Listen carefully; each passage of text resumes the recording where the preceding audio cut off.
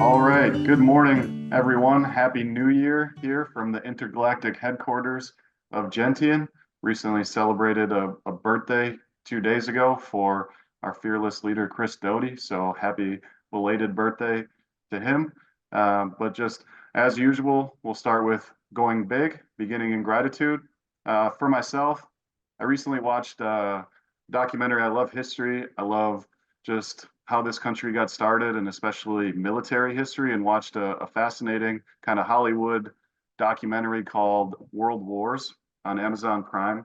And it was just a phenomenal reminder of all the sacrifices made to make this country as good as it is. Sure, we have issues, we always will, that we have to work through, but just had an extreme sense of pride for everything people have done for us, for the freedoms that we have. And I was recently talking to a friend of mine who lives in the Middle East full time, and certain stigmas I have of how I think people perceive us is just in a very negative view.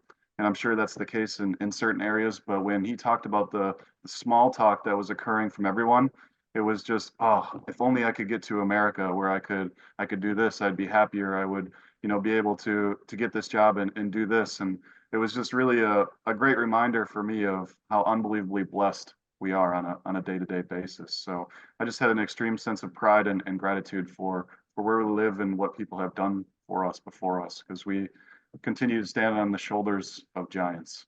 So with that, how about yourself, Mike? What are you grateful for today? Thanks, Zach. Hey, grateful for some snow. It's about time. It's finally winter in Wisconsin, as it would be.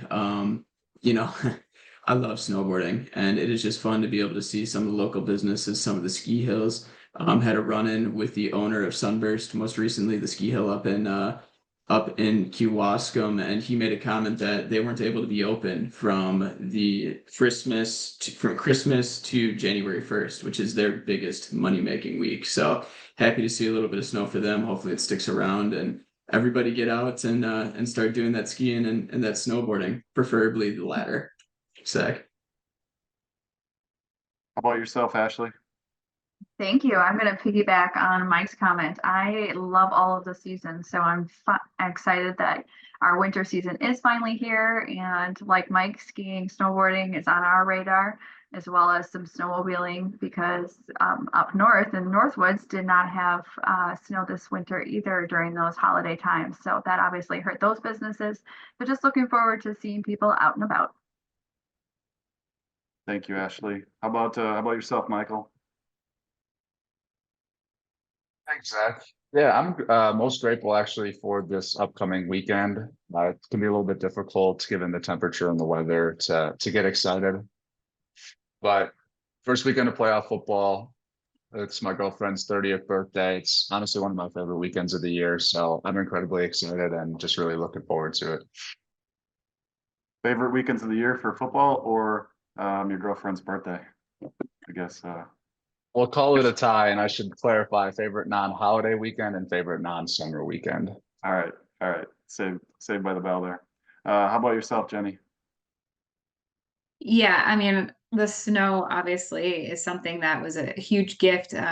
We worked from home yesterday, which was great. It's a blessing and a curse to have the technology to be able to do that. But then I had two little kids who were like, "Mom, let's go out in the snow and build a snowman." So took my lunch. We went and built a snowman and a snow fort, and it was just great. It kind of got us all feeling thankful to live where we live, and we ended up playing board games last night, so it kind of triggered that whole just hunker down mindset that I think is something to be appreciated about living in Wisconsin.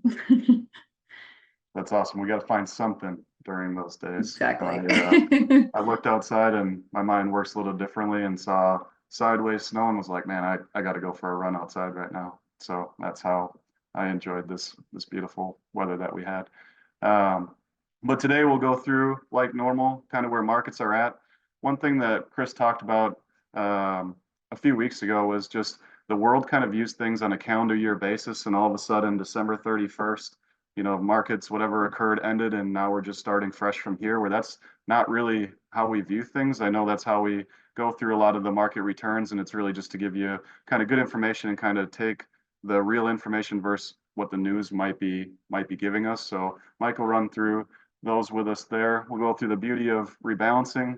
Michael's going to talk about some 2024 tax items and just also some planning items changing for this year. And Ashley's going to give us, since we spent so much money around the holidays, some ways to save money here in January. So before I pass it over to Mike, just one thing that was really interesting to observe to start the year, and it's kind of been every single year, is just not only from individuals, but just media, in the sense of it's an automatic reset and markets are going to be very volatile and horrible this year, right? Because of X, Y, or Z reasons, because of interest rates, because of inflation, because of an election.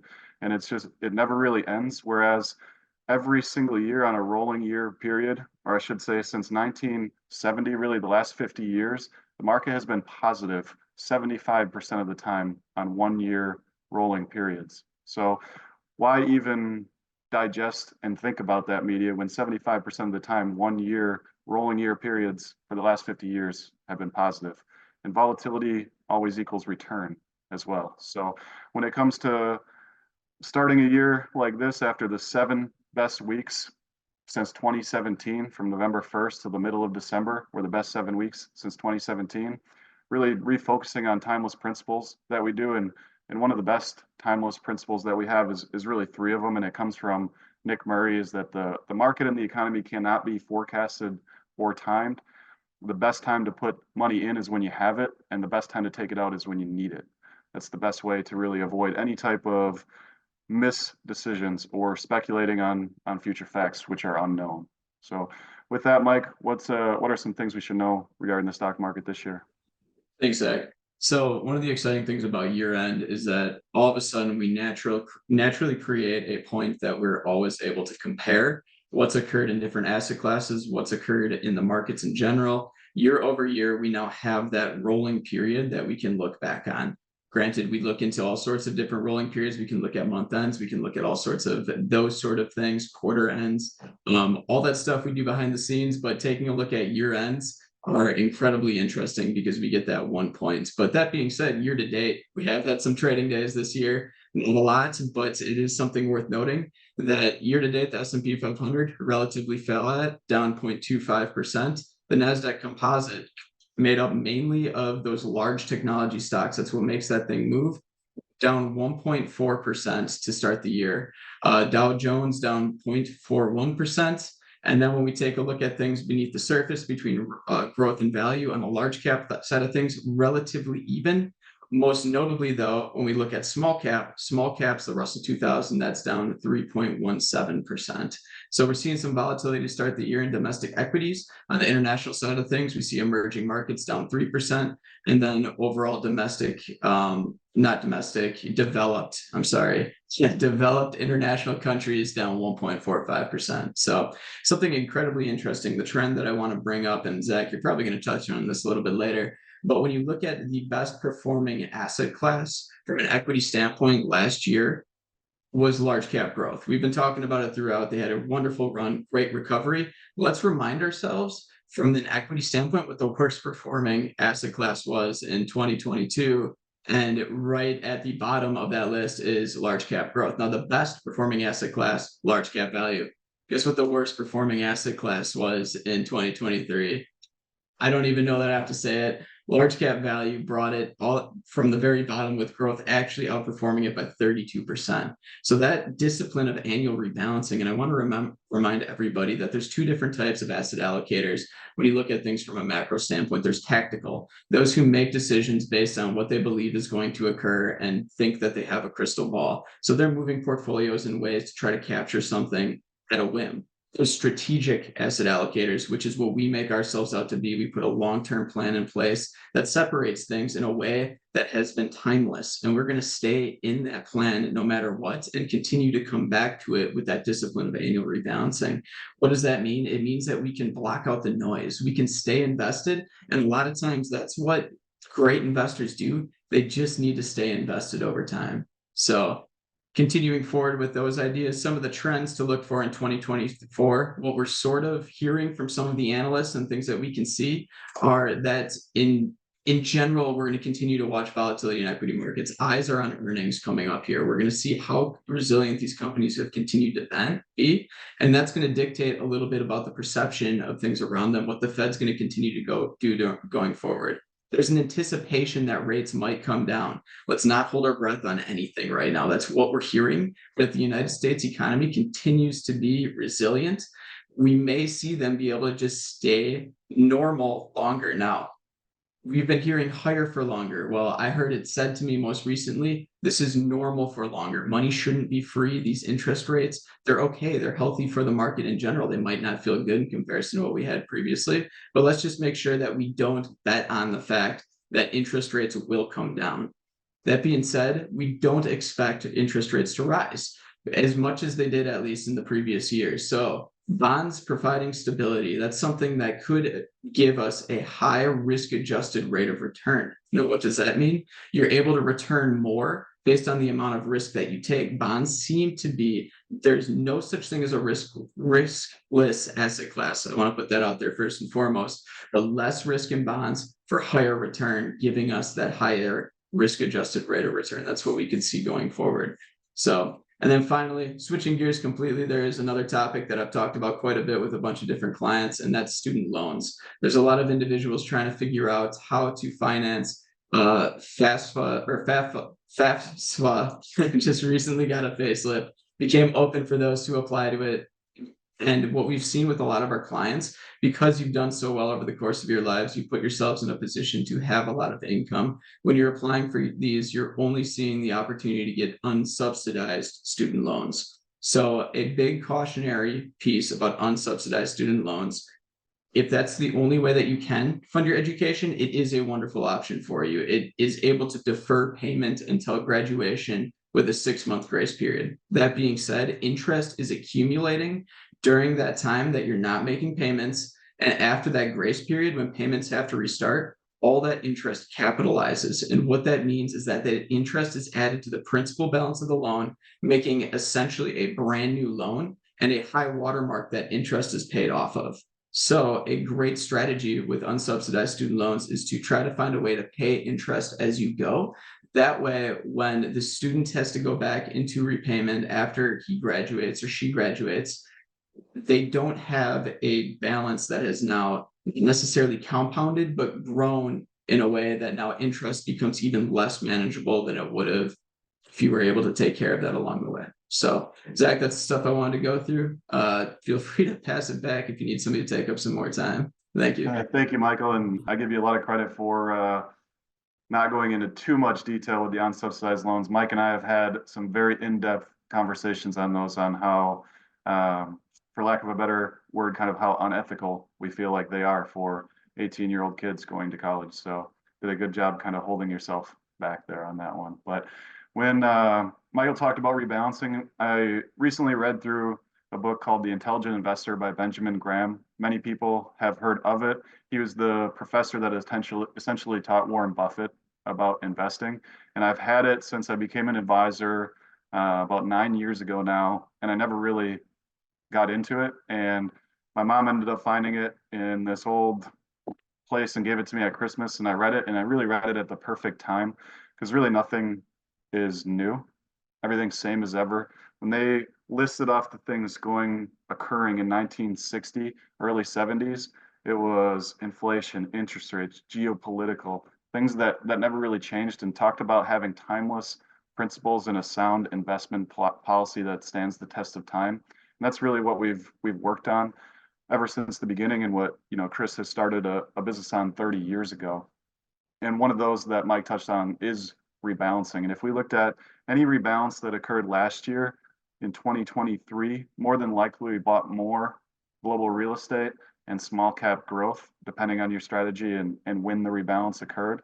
Those were the two best performing asset classes in the last quarter during those last 7 weeks. So that's the beauty of timeless principles. And we were recently asked a question, with the last 7 weeks of the year being the best 7 weeks in the last 6 years since 2017, we were asked, what does Gentian do to take advantage of gains?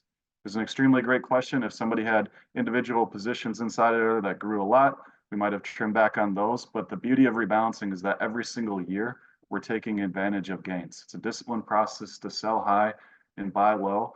And it's truly beautiful. I know we touch on it a lot, and the main purpose is to reduce risk, right? So you don't have asset classes that continue to grow, and then when large cap growth, even though it's been a great asset class for the last 10 years, if you were overweight in 2022, you would have had a really, really bad year. But in years like last year and in 2022, it can actually add return too. And when we look back to 2000 and rebalanced a portfolio and didn't rebalance one, it almost added a % of return a year just by staying disciplined with that process. So it's one that we're super passionate about, and I think Mike and I ran more reports for that than should be humanly possible to make sure that it's a good strategy. So with that, I'll pass it to Michael. What do you got for us here in 2024? Thanks, Zach. A couple of topics today, so we'll do a big gear shift in the middle. I feel both are important to touch on. So starting with protecting from financial abuse. I saw some interesting statistics earlier this week. 3.5 million older adults are victims of financial exploitation each year. And on average, they lose about $34,000 when that occurrence happens. So some ways to help prevent that from happening to you and your family, potentially to raise awareness, just talk with the parents or older members of your family, people who would be susceptible, and maintain open communication with them. If you're elderly members of your family, arrange for available power of attorney to help them manage their finances if they're unable to, and speak with your estate planning attorney to make sure that the estate plan is in order.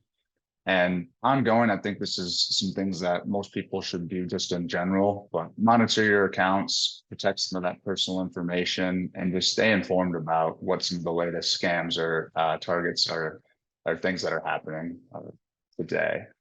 So shifting gears now, there's been retirement plan contribution limits and IRAs in your 401ks. So I will share those numbers here.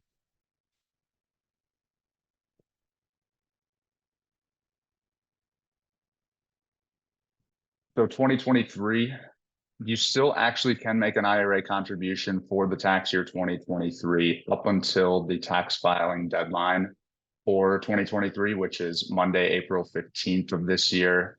If you're under age 50, that contribution limit is $6,500. And of course, the catch up if you're 50 and older is $7,500.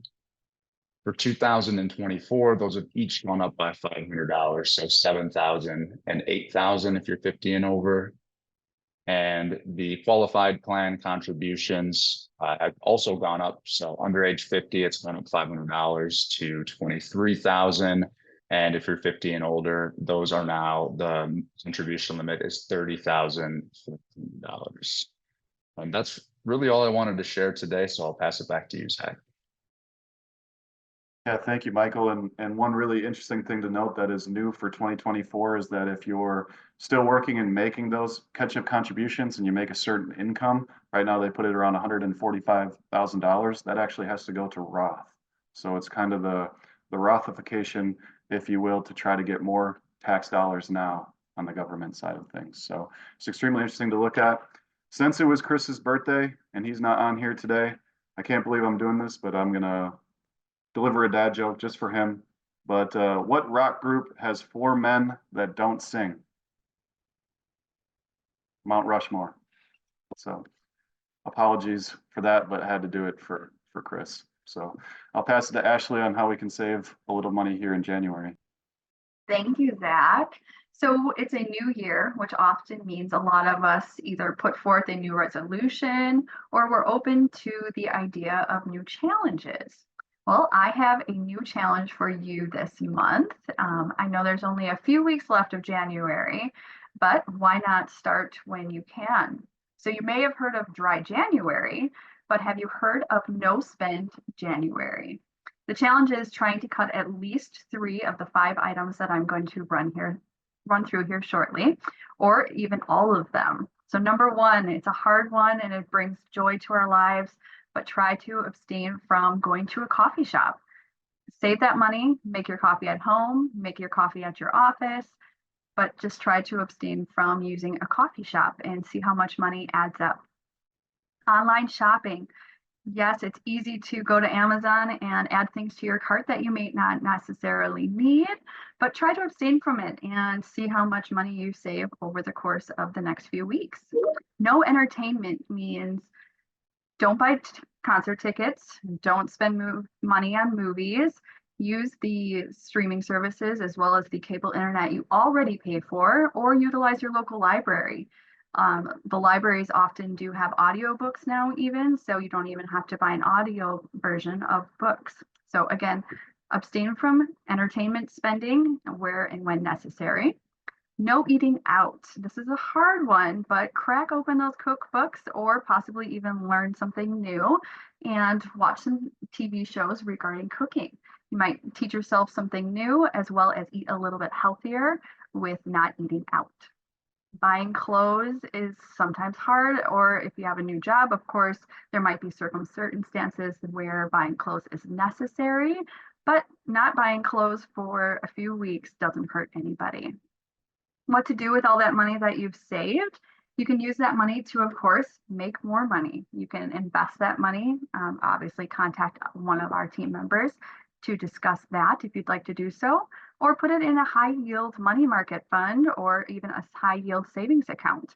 Some very good rates currently still going on, so you could make yourself a good amount of money. Another option to do with the money that you've saved is to add it to your emergency fund possibly.